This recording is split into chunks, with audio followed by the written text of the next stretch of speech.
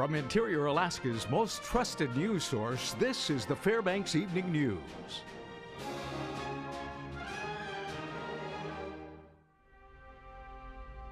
Good evening. Thank you for joining us. Police are still asking for the public's assistance in providing information that could lead to finding the shooter in a murder that occurred outside the Rock and Rodeo bar over the weekend. As the investigators track down leads, family members continue to mourn a young man and father. 23-year-old John Kaverluk was fatally shot outside the Rock and Rodeo bar on Sunday. I always told him that, he was an angel sent from above. Fairbanks police investigators are still asking for witnesses to come forward with any information on the fatal attack. Or urging those to come forward that are actually involved in this horrendous, heinous incident. We're focusing a great deal of resources on this case. Family members of Kaverluk say he was a loving father. He and his wife had just welcomed a 3-week-old baby. He had no enemies that I could think of. He was just such a sweetheart, a very, very, very good man. Eyewitnesses report Kaverluk was jumped inside the bar. The attack continued outside the bar after bouncers had kicked him and another black man who police continued to seek out of the bar. City officials say these brazen types of violence in the city are taken most seriously. I'm directing Chief Aragon and our police department to dedicate all resources necessary to solve this crime. This sort of thing is not going to be tolerated in the Golden Heart City. The suspects police are seeking are described as black males. One is described as short and stocky with closely cut hair and was wearing dark clothing that night. While police continue to track down leads, family members are left to mourn a life they say was taken too soon. I hurt so much for Shailene. She was such a loving wife to her husband, and he was a loving husband to her. He was just the most loving guy anybody could ever ask for. The fact that I'm never going to have my husband again. The fact that my daughter will never know her dad. Family members are holding an emergency fundraiser for the family of John Kaverluk Jr. tomorrow. It will begin at 5 p.m. at the Chief David Salmon Tribal Hall. I'm Stephanie Woodard reporting. A brief standoff this afternoon near Airport and Gillum Way ended with the arrest of a woman wanted for assault. 50-year-old Delana Dixon was taken into custody by state troopers. Officers spotted her car and followed her, blocking the vehicle at a stoplight. Troopers say she refused to get out of the vehicle for about 15 minutes, but was eventually taken into custody without incident. According to the warrant, Dixon is accused of threatening an Alaska state trooper with an axe last Tuesday night in North Pole. The Alaska Industrial Development and Export Authority Board of Directors met in executive session today to discuss the proposed acquisition of Pentex, Alaska Natural Gas Company.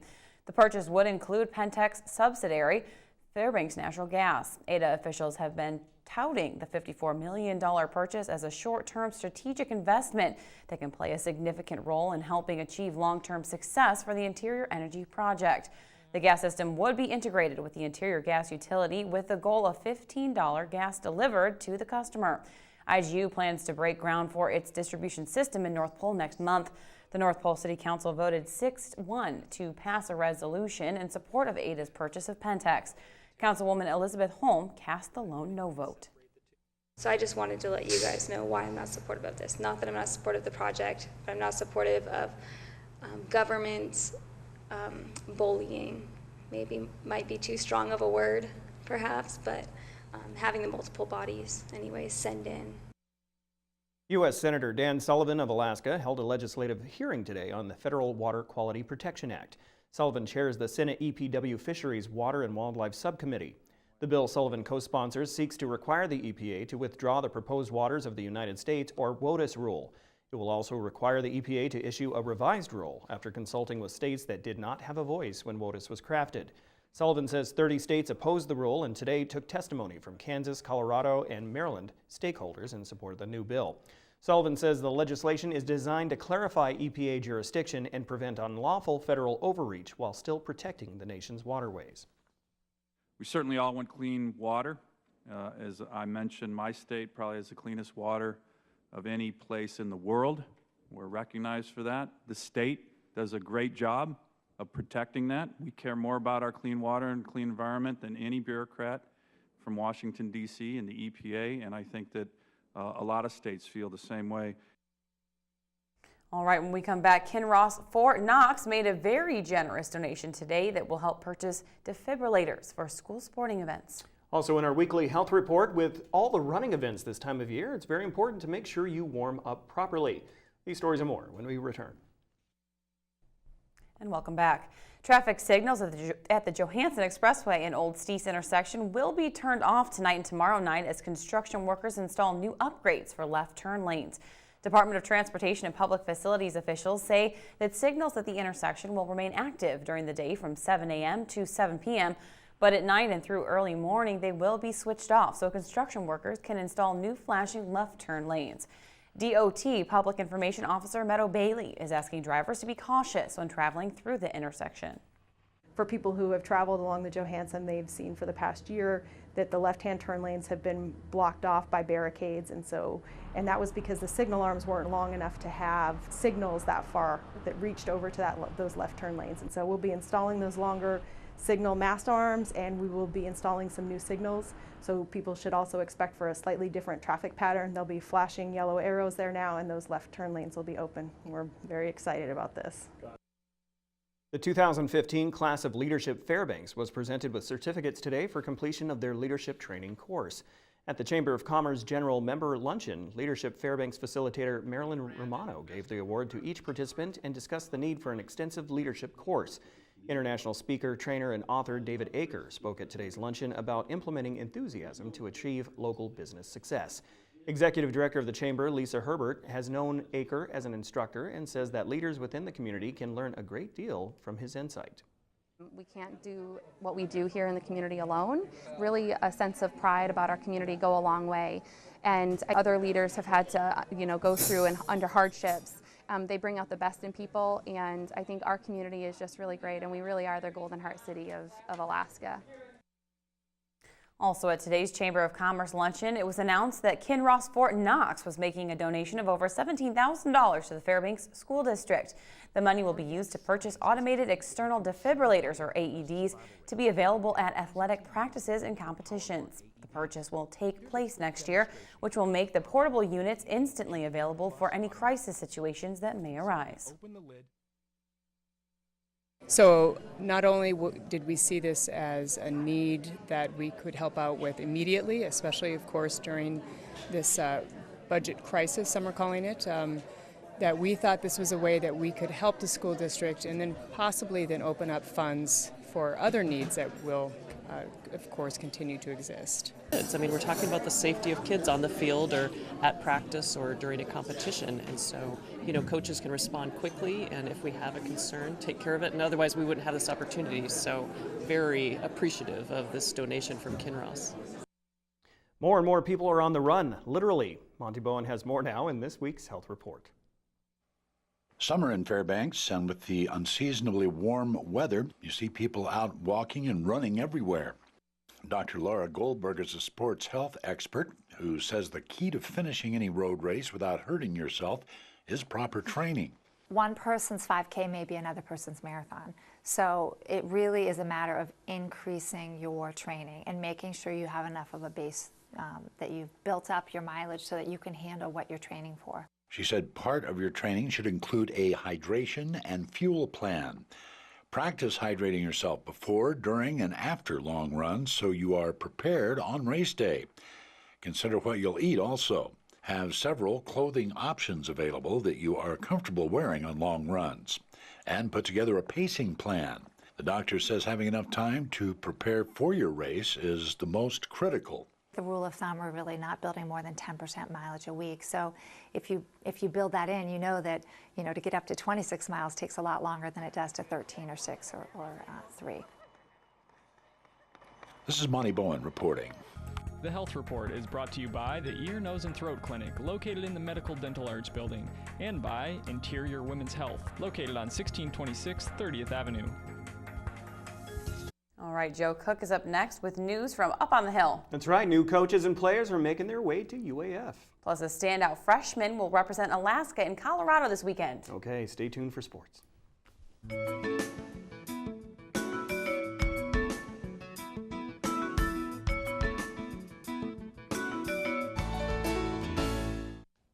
Welcome back, Interior Alaska. Joe Cook here with your local Tuesday Sportscast. We start with Alaska Nanooks news.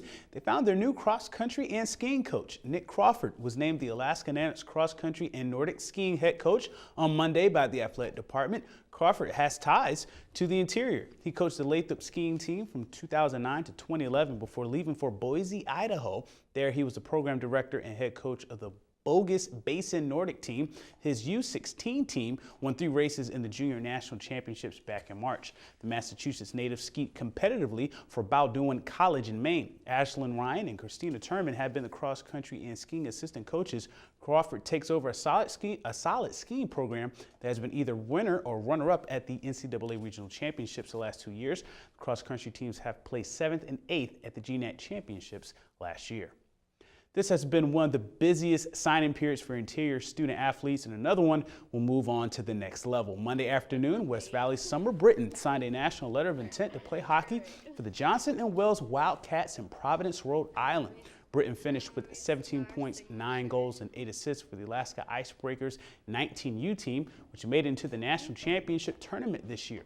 The Wildcats, a Division III program, will have their first ever women's hockey season in the fall as a part of the ECAC North Atlantic Hockey League. Teammate Dania Bazona will be in the same conference at Endicott College, which also will be a first-year program. One of the things that attracted Britton to Johnson & Wales were all the new things going on with the Wildcat program and the school itself. Along with the new program, the school is also going to have a brand new biology department, which is what I'm going to major in. And so next year they'll have a brand new facility, so that was a big factor for me. It'll be interesting being on a new team, coming from Fairbanks. Played with the same girls for 6 years, so it's going to be really different, but I'm excited and hopefully I can be a leader for the team. More players are continuing to sign national letters of intent to come to the interior to play for the Alaska Nanooks. The women's basketball team announced on Monday that 2 guards will join the program. Senior guards Benicia Belay and Kelly Lowe graduated, and now 2 quality transfer guards, Gabriela Jimenez and Jaylee Mays, come in. Jimenez hails from Colorado, averaged just under 12 points and 3 assists per game for Lamar Community College. She shot nearly 34% from three-point range, which is top 20 in the junior college ranks. Mays comes in from Clarendon College in Texas. She put up 14.3 points and 4.6 rebounds per game. She was top 14 nationally in steals with 3.4 per game. Mays and Jimenez joined All-State post player Marion Walmsley of Valdez and head coach Cody Bench's recruiting class. The Natick men's basketball team also made an addition to their program. On Friday, the team announced the signing of transfer player Mike Dees. Dees is a combo guard coming in from Rio Hondo College in California. Dees put up 12 points, 6 boards, and 3 assists per game for a Roadrunners team that went 17-13 last season and advanced to the second round of the playoffs. He was also a Foothill Athletic Conference first-team selection. Dees joins 4 other transfers in the Natick's recruiting class. One local basketball player will be representing Fairbanks and Alaska this weekend in Colorado Springs, Colorado. Lathrop freshman Jana Hadukovic will be participating in the USA Women's Basketball U16 National Team Trials. 158 players from around the country will compete for 12 roster spots for the U16 National Team. Finalists will be announced on May 25th. Hadukovic was an All-MAC player and made 13 All-State as a freshman. She led the Malamutes in scoring with about 16 points per game and led the team in steals and was second in assists. She was one of 24 players on the 2018 Hoops Girls ESPNUW watch list that will be at the trials, which start this Thursday. It's the second year in a row an interior player will be at the Team USA trials. West Valley's Ruthie Hebert tried out for the U17 team last May. And that's it for sports tonight. Mike Schultz is next with weather, and we'll catch you next time. Hello, everyone. Welcome back into our Tuesday night edition of the Fairbanks Evening News. Time to take a look at the weather once again. Mike Schultz with you. Another beautiful day. More clouds in the sky today. Not quite as warm. Actually, it was warmer than it was yesterday, but still, no, it wasn't actually warmer than it was yesterday. It was 73 degrees today, a little warmer than yesterday. We were looking at warmer temperatures tomorrow. I'm getting ahead of myself. And really warm temperatures for this weekend. We'll tell you about that in just a little bit. Look at the photograph tonight. This was sent in by Dan and Lori Gerber. They were in the Tetland Mountains area. And as you can see there, a postcard photograph. Beautiful shot there. The sun rays on the mountain. And as always, if you have a photograph that you want to share, please send it to photos@ktvf11.com. Your numbers look like this. 73, there's the high for the day. The low last night, 45. The record high, we beat it. 2002 was 72 degrees. The record low of 20 degrees in 1918. And the sunrise and sunset, 19 hours and 8 minutes of gorgeous sunshine, a gain of 7 minutes from yesterday. On the satellite radar, a few more clouds moving in today, just mainly high clouds moving in from the west, but really nothing associated with them. All that energy is still hanging up over the southwest part of the state. Pretty good frontal boundary moving up will bring more rain to those folks there, but again, high pressure is expected to maintain and get even stronger, which means warmer temperatures moving in toward the weekend. Today's temperatures around the southeastern sections, nice day in Juneau, 70 degrees, not too bad at Ketchikan. Few showers around Kodiak Island. Still a fairly chilly day for the folks in Anchorage, only 54 degrees there. Showers at Cold Bay, up and down the west coast, lots of sunshine. Warming up nicely in Nome for 50 degrees and 43 at Barrow. And another warm day in Fort Yukon, 77 degrees there. Lower 48 weather, again, we're looking at warm temperatures moving back in over the desert southwest, 87 degrees at Phoenix. Nice weather up and down the west coast. Not a bad day in Seattle, 71 degrees there. Showers and thunderstorms over Texas. Not too bad in Minneapolis, 57 degrees. A little cooler at Chicago, only 53 degrees. And in New Orleans, what you would expect, lots of humidity and heat there, 87. 89 in Miami, and up around the New York area, 82, while 90 degrees in the nation's capital, Washington, D.C. How about that? On the satellite radar, not a whole lot going on the East Coast, but look at all the massive moisture moving across the eastern slopes of the Rockies, helping to fuel quite a bit of rainfall across the nation's midsection. Out to the west, things are drying out considerably, and as overall picture is calling for a mix of rain and snow for Denver tonight, and then snow in the higher elevations. That'll all be moving out on the plains. As you can see why the jet stream expected to carry all that moisture.